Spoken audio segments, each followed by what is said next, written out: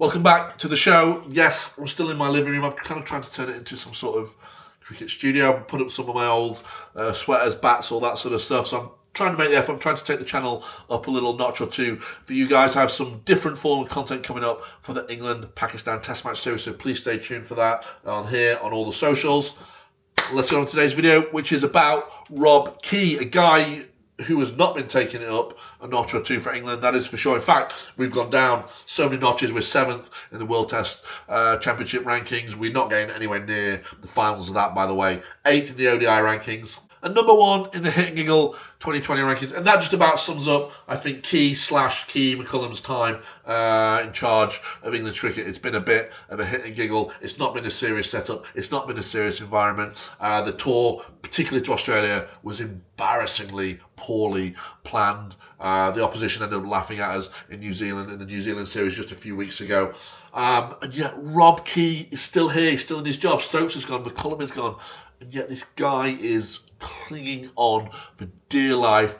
For the life of me, I cannot think why he is still in a job. It kind of reminds me of, if you've ever seen Narcos on Netflix. If you haven't, you should. It's a great series. Right at the first episode, near the start, right at the start of that series, there's a quote: "When a nuclear holocaust destroys the world, only the cockroaches will survive." And it kind of feels like we're at that stage with Rob Key. He has been an agent of destruction for English cricket. He has taken our Test match cricket to an embarrassing all-time low levels. He has destroyed the relationship between English county cricket and the pathway into international cricket. And yet he is still here. He is still in a job. He is still leeching a living off the English, and a significant living, I would have thought of that, off the English Cricket Board for doing an appalling job. And look, he must have some pattern. He must be able to talk, because I was listening in disbelief to Richard Gould speaking about Rob Key the other day, saying what a great operator, a super sharp mind, a great communicator he is. I was thinking, but it was the same time when Gould was saying how great it was that our run rate in Test match cricket was at all-time highs as well. So, it does go beyond Key probably as well. But, in order for us to start improving again, to start becoming a credible cricket team, especially in our Test match cricket, it's one brick at a time, right? McCullum has gone. Now Key needs to go. He is not cut out to be managing director of English cricket. I don't know if I trust him to be the managing director of a lemonade stand in the summer holidays. It's got that bad. He has heaped embarrassment on English cricket. If you just think about, I know we've been over the Ashes, we'll go over it one more time. But, he's signing this off, right? This is under his direction. This tour is taking place. There's no warm-up games. There's no proper amount or the proper coaching staff in the background. You got these overly entitled players that have their egos driven up to such a point that they think they know better than the ex-professionals when it comes to playing warm-up games. I mean, who would have thought you would prepare for a tour by actually playing warm-up games? I think that's bad enough. He's then lucky enough to be given another chance in sort of March, April time. He then, despite the fact that he comes out and he told us he'd not been doing his job, he had not been paying the slightest bit of attention to county cricket in the last 4 years, which one of the key things for the managing director is to work out how to get players from county cricket to international cricket, how to judge them correctly, how to select them correctly, and how to create an environment where they can then move on and succeed in the international game. And he completely neglected that part of his job, and he told us so, and he was given another chance. And within 6, 8 weeks, you've got fucking Cox, Archer and Bethel all in the Test match squad. These IPL white ball mercenaries who, when they were all announced in the same squad, had not played one single minute of county cricket. Cox did play one game before that Test match he played. And yet there is Key falling about, trying to get these guys into the team.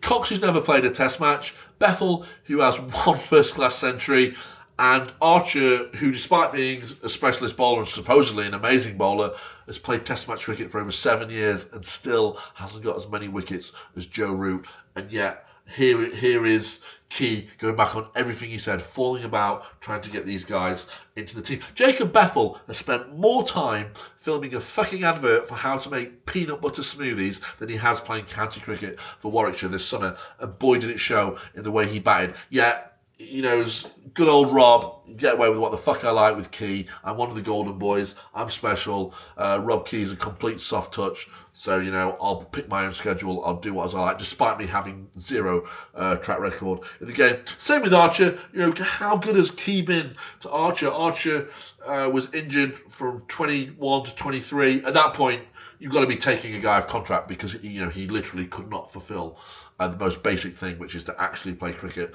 for England.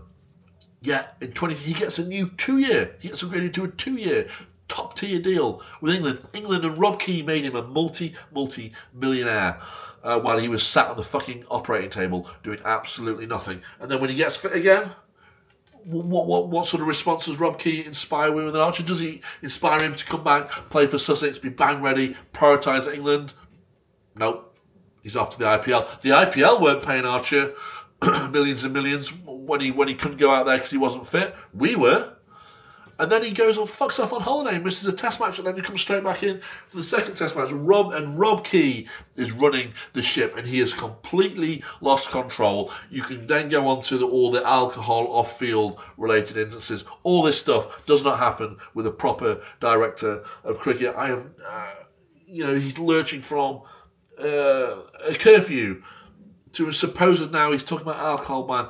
The point is that he is the problem and he needs to be removed from his job, and there needs to be somebody in there who the players actually respect, and somebody who sets a serious grown-up environment where you take responsibility, there is accountability, and if you do fuck up, then you get punished. And it's not going to happen time and time again because whoever the guy is who's running it properly will get these players into line.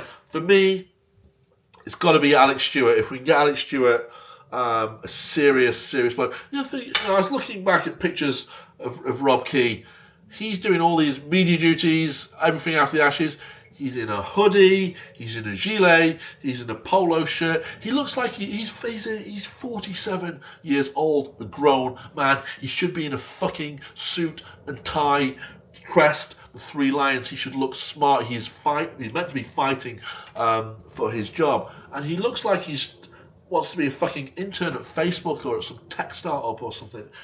It's just, nothing about him screams managing director for me. And look, you go back to him when he was playing. This is a picture of Rob Key when he was playing cricket for England. Rob Key was a seriously talented batsman, more talented than guys like Nasser and all those guys who ended up having far greater international careers than Rob Key. He could play, but look at him. And if I showed you this silhouette of a cricketer and you didn't know it was Rob Key or when it was from, and I just asked you what decade do you think this is from, you're right. This is the 70s, 80s. This is the fucking amateur, beer belly. No, this was 2003.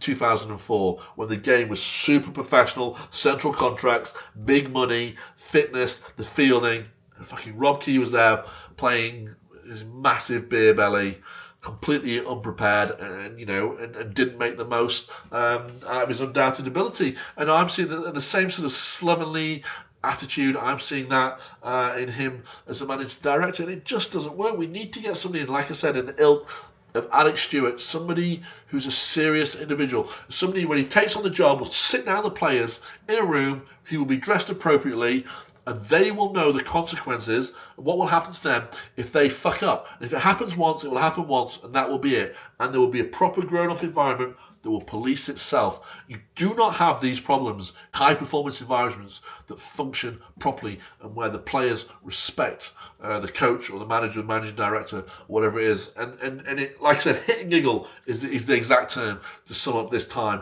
as Rob Key in charge. It's been an absolute disaster. He was a bit of a one-hit wonder. I would class him the same as McCullum. They came off for a year, 18 months, when they had Broad, Anderson, Wokes, Wood, everything. Now Stokes has gone and the wheels have completely fallen off. You get a youngish, inexperienced, impressionable group that need to be moulded, and you see what Key and McCullum have moulded them into, and it's an absolute disaster. It's doing a disservice to the players. They're not getting the most out of their ability. The team should not be 7th with our resources and the talent we have. We should not be 7th in the Test match rankings, anywhere near 7th. We've lost 2. We've only won 2 out of our last 10 games. It's an absolute shambles, and as I said, it culminated with New Zealand actually laughing at us on the pitch at Trent Bridge. And now we're seemingly going to stumble on to go back to Joe Root as captain. No, I like Joe Root, but that's as a backward step. It's a poor step. And we're going to seemingly have Marcus Trescothick as interim coach. By the way, Marcus Trescothick has been batting/assistants coach for all these fucking debacles over the last few months. So he's part of the problem as well. What good is it going to do to keep Marcus Trescothick on as coach when, we've seen some of our most reckless, embarrassing batting with him as batting coach? And you could not contrast it more with Australia. I saw their squad. They've announced. Obviously, they have the fantastic bowling lineup. They got Cameron Green, they got Carey, they got a much better keeper batsman than we have, and they have a better batting lineup than we have. Yes, they do have 1 or 2 holes in their batting lineup, I will admit that, but not to the extent that we do. They have a solid coach, they have a setup they like, they're well drilled, they're well instructed, they know what they're about, and look at they've got tests against India, South Africa, New Zealand, Bangladesh, and then one against. They will be battle hardened and ready for the Ashes it's only 9 or 10 months now. It is not that long a time at all, and we are fucking nowhere. We got no coach, no captain. We're an absolute shambles. The only thing that might save us is if their bowlers, the Aussie bowlers, I think they're, if not on the wrong side of 35, pretty much on the wrong side of 35 now, if they can't get them all fit. But everything, they're saying, right, Cummins is going to get rested at a certain point, Steve Smith steps in his cap. They have everything in line, and we could not be at a greater contrast from that. And who is the managing director? Rob Key. Rob Key is to blame for all this. If Rob Key he'll try and say, it's a steadying appointment of Trescothick and we're going back to Root, we're steadying. No. The reason we've got here is because of you, Rob. You have to go. The reason you cannot have Harry Brook as the next captain is because he has been moulded in this environment where there is zero accountability. He has paid so many dozens of irresponsible shots in Test match cricket. There is no way he can seriously look a team in the eye when the game's in the balance, the pitch is tough, and tell these guys to take it on the body, to be disciplined, to grit it out, to show some determination, to fight, when he just never has done it and he thinks the whole thing is a joke himself. And that's the environment. I'm afraid, environment, it comes from the top down. What the standards, you get what you tolerate. The standards have come down from Rob Key. Him and McCullum are always in cahoots. They're always in alignment, and you get what you get. And it needs a full change. Again, we're keeping Key, then we're going to keep Trescothick, then we're going to go back to Root.